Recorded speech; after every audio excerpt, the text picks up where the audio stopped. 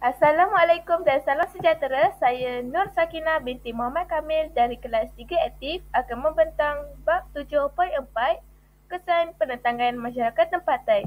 Dengan lebih detail, korang boleh lihat pada muka surat 190 dan 191 dalam buku teks sejarah korang.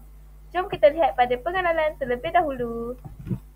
Pengenalan. Kesan penentangan masyarakat tempatan terbahagi kepada dua. Yang pertama, kesan terhadap pentadbiran British dan kedua, kesan terhadap masyarakat tempatan. Jom kita lihat kepada kesan terhadap pentadbiran British terlebih dahulu. Kesan terhadap pentadbiran British terbahagi kepada empat, iaitu kerugian akibat peperangan, dan kedua, British lebih berhati-hati dalam sistem pentadbiran. Ketiga, British merombak semula skim penempatan pegawai, dan terakhir, pemantapan kuasa barat. Pertama, kerugian akibat peperangan. British mengalami kerugian sebanyak 100,000 pound sterling dalam Perang Lanning, dan British juga membelanjakan 400,000 pound sterling dalam Perang Perak. British juga mengalami kerugian sebanyak 7,000 pound sterling dalam Perang Pahang.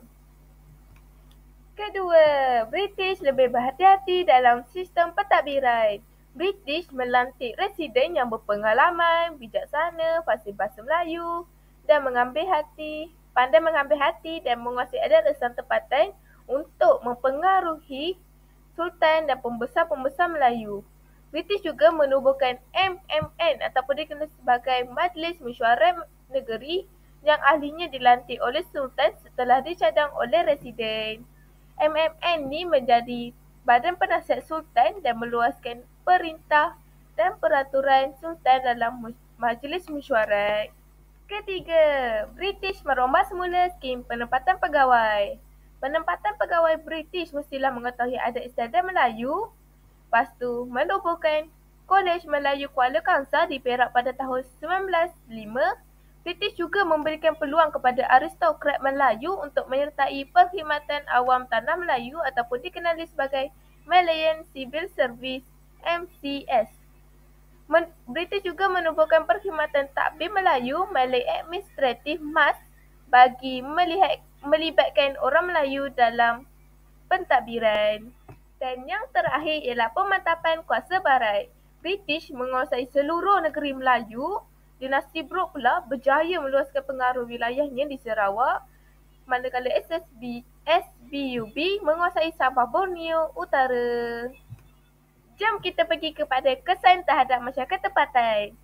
Kesan terhadap masyarakat tempatan ada tiga, iaitu kesan terhadap pemerintah dan pembesar tempatan, kedua, kedudukan raja dan pembesar Melayu diberi perhatian, dan ketiga, menjadi inspirasi kepada pejuang kemerdekaan tanah air. Kesan terhadap pemerintah dan pembesar tempatan. Disebabkan oleh penentangan masyarakat tempatan, terdapat ramai yang kehilangan jawatan dan kedudukan, contohnya Dol Said, Dato' Bahaman dan Sherif Masahur. Terdapat juga yang kehilangan nyawa seperti Dato' Maharaja Lela, Rentam, Mat Saleh dan Tun Janggut. Terdapat juga yang dibuang negerinya, contohnya Raja Ismail, Sultan Abdullah, Ngah Ibrahim, Haji Abdul Rahman Limbong.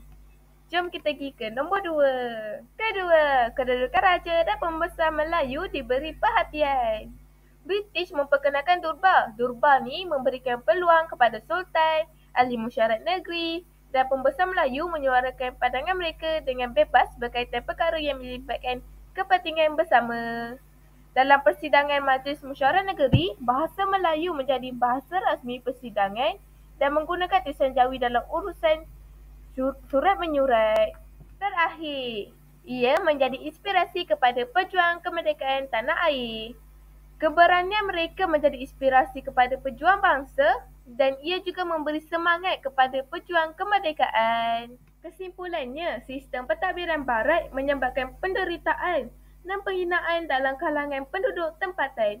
Kekayaan tanah air telah dirampas oleh British dan bangsa dan masyarakat tempatan ditindas. Demi mengembalikan maruah bangsa dan kedaulatan negara, masyarakat tempatan bangkit berjuang menentang British yang menggunakan pelbagai strategi seperti tipu hela, manipulasi, pengaruh istana, kekuatan tentera dan menguatkuasakan undang-undang untuk menewaskan kebangkitan tersebut. Pejuang-pejuang negara ini dijatuhi hukuman mati, dibuang negeri, dipenjara, harta benda mereka dirampas dan kapal halaman mereka dibakar sehingga menjadi padang jarak padang terkukur. Semangat perjuangan mereka dikagumi dan menjadi inspirasi kepada generasi akan datang agar bersiap-siaga mempertahankan kedaulatan maruah bangsa bumi yang tercinta. Secara keseluruhannya, kita sebagai generasi kini, kita patut menghargai jasa mereka dan belajar daripada semangat yang ditunjukkan. Dengan itu, saya akhiri pembincangan ini dengan ucapan terima kasih cikgu atas tunjuk ajar dan terima kasih juga kepada semua yang memberi perhatian. Assalamualaikum warahmatullahi wabarakatuh.